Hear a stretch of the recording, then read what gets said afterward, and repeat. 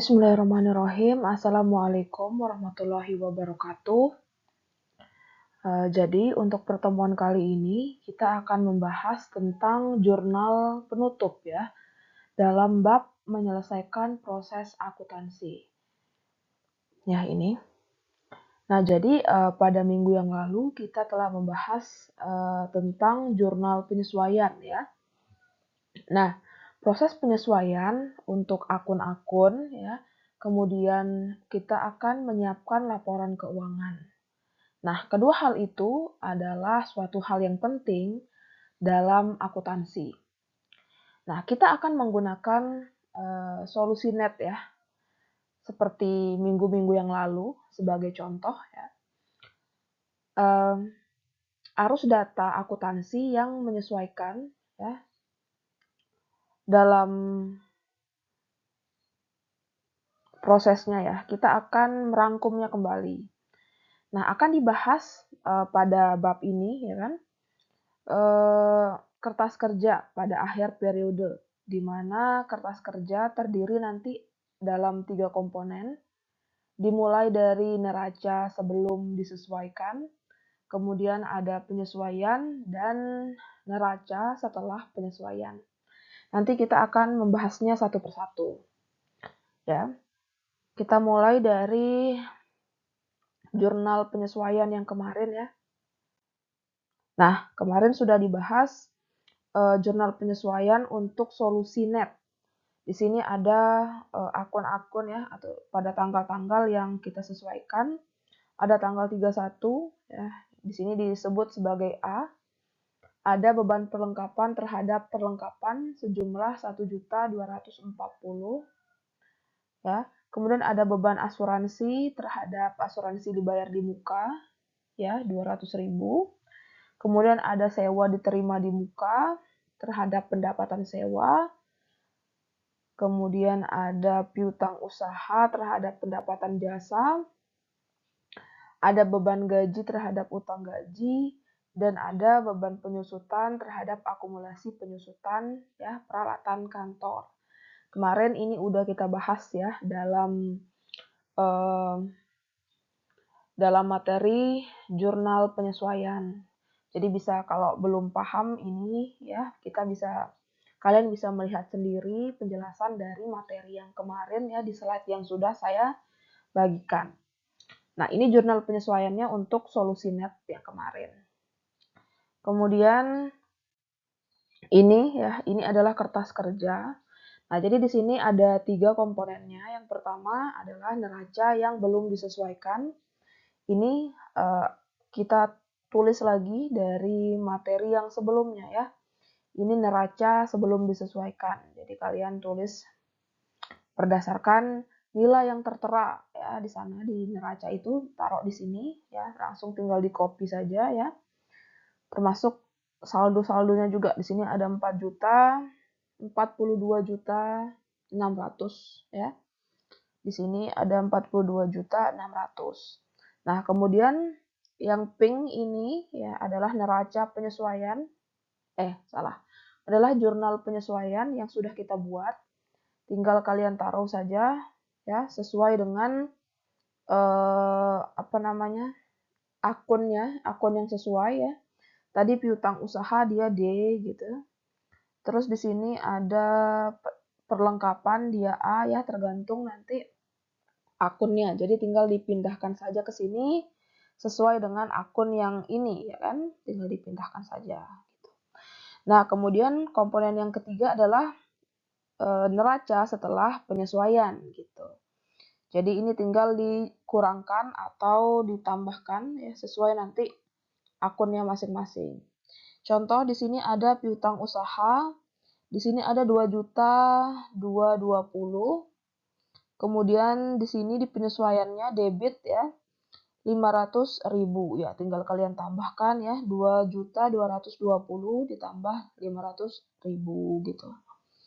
Jadinya 2.720 ya. Nah, kalau yang ini 2 juta, perlengkapannya 2 juta, kemudian ada kredit ya. Ada kredit 1.240. Berarti tinggal dikurangkan ya, 2 juta dikurangin 1 juta 240 sama dengan 760 gitu. Terus juga di sini asuransi dibayar di muka yang semulanya 2.400.000 dikredit 200 ya, sama dengan 2.200.000 gitu. Ya, jadi nanti tinggal operasinya tinggal disesuaikan ya dengan yang ini. Nah, ini contohnya kalau kredit sama kredit kredit sama debit ya. Ini sewa diterima di muka 360 kredit. Kemudian disesuaikan ya di sini. Ada debit 120. Jadi tinggal dikurangin aja. 360.000 dikurangin 120.000 sama dengan 240.000 gitu. Begitu juga yang di bawahnya ya, nanti tinggal dioperasikan saja tergantung debit atau kredit gitu. Nanti baru kemudian di sini di bawahnya kita tulis saldo ya. Nah, jadi untuk penyesuaian tersebut ya, dia ditambahkan atau dikurangkan dari jumlah yang ada pada neraca sebelum disesuaikan untuk memperoleh jumlah yang tercantum dalam neraca setelah disesuaikan. Gitu yang ini ya. Nah, dengan demikian neraca saldo setelah disesuaikan menjelaskan pengaruh dari jurnal penyesuaian kalau gitu ya, terhadap akun-akun yang belum disesuaikan. Nah, jadi jurnal ini akan berpengaruh ya kan terhadap neraca ini. Ya, dia akan berpengaruh. Gitu. Nah, nanti dalam kertas kerja ya, dalam kertas kerja aliran dari neraca saldo yang sudah disesuaikan ke dalam laporan kerja itu akan sebagai berikut. Akun pendapatan dan beban itu nanti akan masuk ke dalam laporan laba rugi ya. Akun pendapatan dan beban yang artinya dimulai dari sini ya. Nomor 13 ini kan pendapatan sampai sini ya, sampai 21. Nah, ini sampai sini akan masuk ke dalam laporan laba rugi ya kan. Kemudian yang kedua, akun modal. Akun modal itu di sini ya, nomor 11. Dan akun prive atau nomor 12 ini sama ini ya kan, akan masuk ke dalam laporan ekuitas dan juga ada laba neto ya yang akan masuk laporan ekuitas. Tapi setelah kita nanti mengurangi selisihnya di laporan laba rugi ya. Jadi nanti selisih dari pendapatan sama beban itu juga akan masuk laporan ekuitas ya. Kemudian yang ketiga, akun aset dan liabilitas. Berarti akun aset dan liabilitas ini ya. Aset dimulai dari sini sampai ke sini ya, sampai nomor 10 dia akan masuk ke dalam laporan posisi keuangan ya. Melalui laporan nanti ekuitas pemilik ya di sini. Nah, coba kita lihat sekarang contohnya nanti. Kita mulai dari laporan laba rugi. Jadi laporan laba rugi itu disiapkan langsung ya dari neraca saldo yang sudah disesuaikan. Jadi nanti kalau bikin laporan laba rugi itu mulainya dari neraca saldo yang sudah disesuaikan ya gitu. Yang dimulai dari pendapatan jasa sejumlah 16.840.000. Nah, beban-beban dalam laporan laba rugi itu disusun berdasarkan jumlahnya. Dimulai dari pos yang paling besar ya. Kemudian ada beban lain-lain juga. Nah, contohnya kayak gini. Nah, jadi di sini kalian harus memasukkan pendapatan sama beban. Namanya juga pendapatan laporan laba rugi ya. Laporan laba rugi itu isinya adalah pendapatan sama beban. Jadi nanti pendapatannya ditulis duluan. Di sini ada pendapatan jasa dan pendapatan sewa. Pendapatan jasa itu 16.840 dan pendapatan sewa itu 120. Nah, ini dijumlahkan hasilnya 16.960 gitu. Kemudian yang selanjutnya adalah kita tulis beban ya. Bebannya apa saja? Di sini diuraikan, ada beban gaji, beban perlengkapan, beban sewa, beban utilitas, asuransi, penyusutan, dan lain-lain. Ditulis jumlahnya berapa, kemudian semuanya itu ditambahkan. Totalnya adalah 9.855. Nah, sudah dapat kita kedua total ya. Ada total pendapatan dan ada total beban. Kemudian kalian kurangin dia. Total pendapatan dikurangi dengan total beban. 16.960 dikurangi 9.855. Jadi laba netonya adalah 7.105.000 gitu ya. Jadi laba neto itu adalah selisih dari total pendapatan dikurangi dengan total beban gitu ya. Nah, kemudian laporan yang kedua adalah laporan ekuitas pemilik. Nah, pos pertama yang ditampilkan dalam laporan ekuitas pemilik adalah modal pemilik pada awal periode. Jadi pada awal usaha itu berdiri ya. Kalian ingat usaha itu berdiri ya, untuk Christina itu modalnya berapa? Modalnya 25 juta ya, yang kemarin kita bahas itu. Kemudian ada kemungkinan pemilik itu menambah investasi dalam periode berjalan. Nah, jadi modal ini harus mengacu pada modal pemilik di buku besar. Coba kita lihat contohnya ya. Di sini ada laporan ekuitas pemilik. Kita tulis di sini modal Christina ya.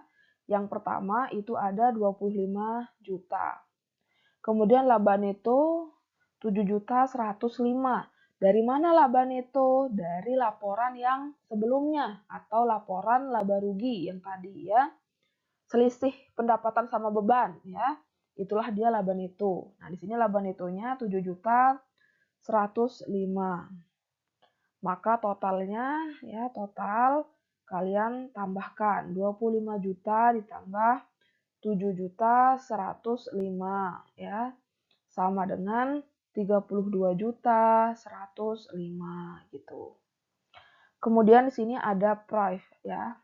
Nah, di sini kalau prive atau pengambilan pribadi itu kan sifatnya mengurangi ya, karena Christina mengambil uang ya, uang miliknya dari perusahaan tersebut sejumlah 4 juta. Nah, berarti di sini akan dikurangi dengan pengambilan pribadi ya. Berarti 32.105 itu dikurangi 4 juta ya.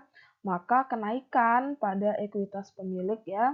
Sekarang berarti modal Christina berapa? Ini maksudnya modal Christina adalah 28.105 ya. Dari mana ini? Dari ini dikurangi ini. Ya, kenapa dikurangin? Ya karena Christina itu mengambil uangnya. Jadi uangnya itu dikurangi dari keseluruhannya. Jadi 32.105 dikurangi 4 juta sama dengan 28.105. Berarti modal di dalam perusahaan solusi net itu sekarang ada 28.105 ya. Kita lanjut ke laporan posisi keuangan. Nah, jadi laporan posisi keuangan dibuat dengan mengacu pada neraca yang sesudah disesuaikan ya. Jangan sebelum disesuaikan, nanti salah lagi ya. Dimulai dari kas ya. Lalu terus ke bawah ya. Kalian nanti kalau bikin laporan posisi keuangan itu kan yang masuk adalah harta atau aset, kemudian ada liabilitas atau utang, dan ada modal. Yang ditaruh tentunya modal yang baru ya, jangan salah. Nah, kita lihat contohnya. Nah, di sini ada aset. Di sini diurutkan berdasarkan aset lancar dan aset tetap. Yang pertama kita tulis aset di sini. Kemudian aset lancar. Aset lancar itu apa saja? Yaitu ada kas, ya, 2.065.000, kemudian ada piutang usaha 2.720.000, ya. Kemudian ada perlengkapan, ada asuransi dibayar di muka, ya. Nah, kemudian total ini semua, total aset lancar, ya, adalah 7.745.000. Ya, ini totalnya. Kemudian ada tanah, ya. Kemudian kita tulis aset tetap. Aset tetap itu apa saja? Yang pertama ada tanah, ya. Tanah 20 juta, kemudian ada peralatan kantor 1.800.000. Nah, ini dikurangi dengan penyusutannya, setelah dikurangi penyusutan 50. Total aset tetap sekarang 21, ya, 21. 750. Ya, ingat dia sudah dikurangi dengan penyusutan. Nah, kemudian kita harus menjumlahkan total asetnya. Berarti asetnya itu terdiri kan aset tetap sama aset lancar dan aset tetap, ya. Jadi sekarang tinggal dijumlahkan saja 7.745 ditambah 21.750. Maka jumlah yang kedua ini adalah 29.495. Itu adalah total aset. Kemudian kita ke liabilitas. Di sini dibedakan, ya. Liabilitas jangka pendek, ada utang usaha dan utang gaji dan sewa diterima di muka. Ingat kemarin kita sudah membahas bahwa sewa diterima di muka, ya, itu adalah liabilitas. Maka kalian taruh dia di sini. Ya, sewa diterima di muka. Berarti di sini tinggal ditulis aja angkanya berapa. Yang ini dijumlahkan semua, hasilnya ini 1.390.000. Kemudian ada ekuitas. Kalian ingat modal Christina yang tadi, ya, berarti yang dimasukkan di sini adalah modal yang baru yang tadi dihitung itu, ya. Modalnya 28.105.000. Ya, sekarang tinggal kalian tambahkan saja liabilitas ditambah ekuitas. Berarti yang ini 1.390.000 ditambah 28.105. Ini ditambah ini, hasilnya ini. Nah, dapatlah kita kedua jumlah yang sama, ya, berarti mereka balance gitu. Nah, jadi laporan kita balance, ya.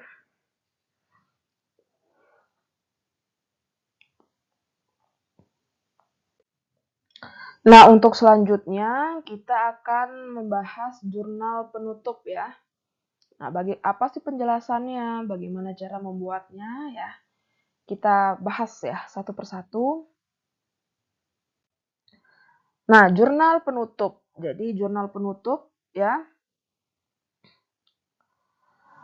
Saldo akun-akun yang dilaporkan pada laporan posisi keuangan, ya, yang tadi itu harus disertakan dari tahun ke tahun karena biasanya dia bersifat permanen. Maka akun-akun dalam laporan tersebut, ya, disebut akun permanen atau akun real. Ya, jadi akun pada laporan posisi keuangan itu disebut dengan akun permanen atau akun real. Misalnya akun kas, piutang usaha, kemudian ada peralatan, akumulasi penyusutan, utang usaha, dan ekuitas pemilik, ya. Nah, terus saldo-saldo pada akun yang dilaporkan pada laporan laba rugi biasanya tidak disertakan dari tahun ke tahun. Begitu juga dengan saldo akun prive, ya, pemilik pada laporan ekuitas pemilik. Karena akun-akun ini bersifat temporer. Nah, jadi bisa dibedakan, ya. Jadi kalau misalkan laporan, ya, pada laporan posisi keuangan, akun-akun pada laporan posisi keuangan itu sifatnya permanen, ya, atau disebut juga dengan akun real. Nah, kalau akun-akun pada laporan laba rugi, ya, dan juga prive, ya, itu disebut dengan akun akun yang bersifat temporer. Karena apa? Karena dia tidak disertakan dari tahun ke tahun. Jadi harus diperbaharui setiap tahun kalau akun ini, ya. Jadi harus dienolkan gitu. Nah, bagaimana caranya? Ya, inilah yang disebut dengan jurnal penutup ya, terkhusus untuk akun-akun yang dia tidak disertakan dari tahun ke tahun gitu.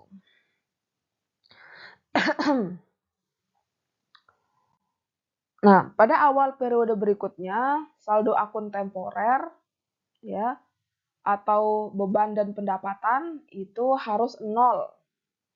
Dengan demikian, saldo akun temporer harus dipindahkan ke akun permanen pada akhir periode. Ayat jurnal yang memindahkan saldo akun-akun temporer disebut ayat jurnal penutup. Proses pemindahan tersebut disebut proses penutupan atau disebut juga dengan tutup buku. Nah, di sini ada 4 tahap yang kita lakukan ya. Yang pertama yaitu saldo dipindahkan. Saldo pendapatan itu dipindahkan ke akun ikhtisar laba rugi. Nah, apa itu akun ikhtisar laba rugi? Jadi akun ikhtisar laba rugi adalah akun sementara ya yang digunakan untuk memindahkan ya, memindahkan saldo. Kemudian yang kedua, yang B ya, saldo beban itu dipindahkan ke ikhtisar laba rugi. Kemudian saldo pada ikhtisar laba rugi ya, itu dipindahkan ke akun modal. Yang terakhir adalah saldo prive itu dipindahkan ke akun modal. Ya, agak ribet ketika kita menjelaskan seperti ini, mungkin nanti bisa paham waktu contoh ya. Nih. Nah, jadi ikhtisar laba rugi itu adalah akun temporer yang digunakan pada proses penutupan ya. Pada awal proses penutupan, ikhtisar laba rugi tidak memiliki saldo. Nah, selama proses penutupan, ikhtisar laba rugi akan didebet atau dikredit untuk jumlah yang berbeda-beda. Pada akhir proses penutupan, ikhtisar laba rugi akan kembali tidak memiliki saldo karena dia sudah dipindahkan gitu. Nah, jadi ikhtisar laba rugi ini dia memiliki efek membersihkan akun pendapatan dan beban. Ini ada 4 ayat jurnal penutup. Ntar kita lihat contohnya aja biar langsung ya. Nah, di sini kita membuat dan memposting ayat jurnal penutup. Nah, di sini pendapatan sewa di debit ya. Kemudian pendapatan jasa dan pendapatan sewa itu di debit. Kemudian ada ikhtisar laba rugi di kredit. Jadi kalian ingat ya, pendapatan ketika bertambah itu akan ditulis di sisi kredit ya. Nah, jurnal penutup ini tujuannya adalah untuk mengenolkan, ingat, mengenolkan pendapatan dan beban ya. Nah, jadi kalau kita mengenolkan berarti kita harus mengurangi dia atau mengeluarkan dia ya. Jadi di sini pendapatan itu posisinya dienolkan atau dikurangi gitu ya, dihapus gitu. Nah, berarti kalau dia dikurangin atau dihapus atau dienolkan, berarti pendapatannya berada pada posisi berkurang ya. Kalau berkurang berarti dia ditaruh di sisi debit gitu. Nah, di sini ada pendapatan jasa dan pendapatan sewa. Dia dikurangi ya, dienolkan. Berarti pendapatan jasa debit, pendapatan sewa debit. Nah, di sini harus ada akun untuk untuk meletakkan saldo itu sementara ya, jadi dienolkan gitu. Nah, ikhtisar laba rugi akan bertindak sebaliknya. Berarti kalau pendapatan jasa itu di debit, ikhtisar laba rugi di kredit ya. Di sini sejumlah yang sama. 16.840. Kemudian ada pendapatan sewa 120. Ditambahkan itulah dia jumlah ikhtisar laba rugi. Jadi ikhtisar laba rugi itu dia akan posisinya ya, posisi pencatatannya akan berkebalikan dengan akun yang dienolkan. Berarti kalau pendapatan jasa, dua pendapatan ini di debit, berarti ikhtisar laba rugi akan ditulis di kredit gitu.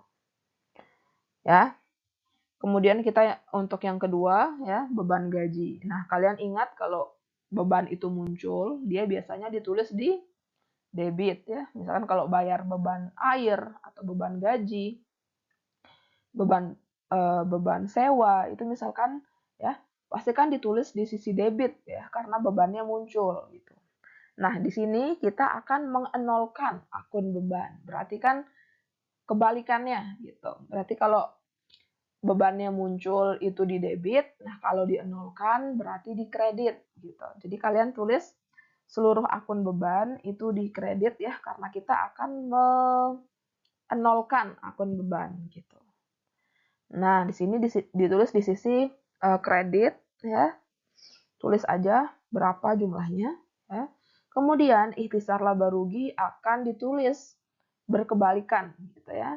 Ikhtisar laba rugi di debit berarti. Kalian jumlahkan ya seluruhnya. Itulah dia jumlah dari ikhtisar laba rugi gitu. Ngerti ya, gampang ini. Kemudian selanjutnya kita ke ikhtisar laba rugi. Nah, sekarang berarti kita memindahkan seluruh saldo yang ada di ikhtisar laba rugi ke modal ya. Kalian ingat tadi berapa saldonya, saldo netonya ya. 7.105. Ya di sini ceritanya solusi net itu untung ya. Di sini solusi net untung sejumlah 7.105. Berarti apa namanya? Selisih antara pendapatan sama beban itu aja ada 7.105. Berarti saldo di ikhtisar laba rugi harus dipindahkan ke modal. Ya, modal ketika modal itu bertambah ditulis di sisi kredit. Nah, ceritanya di sini modal Kristina, akun modal Kristina itu bertambah karena jumlah yang di sini ya, ikhtisar laba rugi itu dipindahkan ke akun modal. Jadi akun modalnya itu bertambah. Ya, makanya dia ditulis di sisi kredit. Berarti kredit 7.105 ya. Kalau modalnya di kredit, berarti ikhtisar laba ruginya di debit gitu. Karena dipindahkan akunnya dari ikhtisar laba rugi ke modal ya. Berarti ikhtisar laba ruginya ya debit. 7.105. Kemudian di sini dari modal ini ya, prive. Jadi prive itu kalau dia misalkan pemilik perusahaan itu mengambil uang ya, biasanya prive itu ditulis di sisi mana? Ditulis di sisi debit ya. Nah, tapi karena ini harus dipindahkan ya, maka dia berlaku sebaliknya ya. Maka prive ditulis di sisi kredit. Kemudian modal Kristina itu debit. Kenapa modalnya debit? Karena modalnya berkurang. Modal kalau berkurang kan ditulis di sisi debit ya. Harta, utang, modal, pendapatan, beban. Nah, modal ya ketika dia berkurang, dia ditaruh di sisi debit. Karena prive ini sifatnya mengurangi ya. Nah, inilah dia jurnal penutup. Jadi tinggal dibalik saja ya gitu. Tinggal dibalik-balik. Nah, ini dia neraca saldo setelah penutupan ya. Jadi kayak tadi itu kayak yang 3 komponen di kertas kerja ya. Nah, ini dia nih sama. 29.545. Sama juga ini 29 ya. 29.500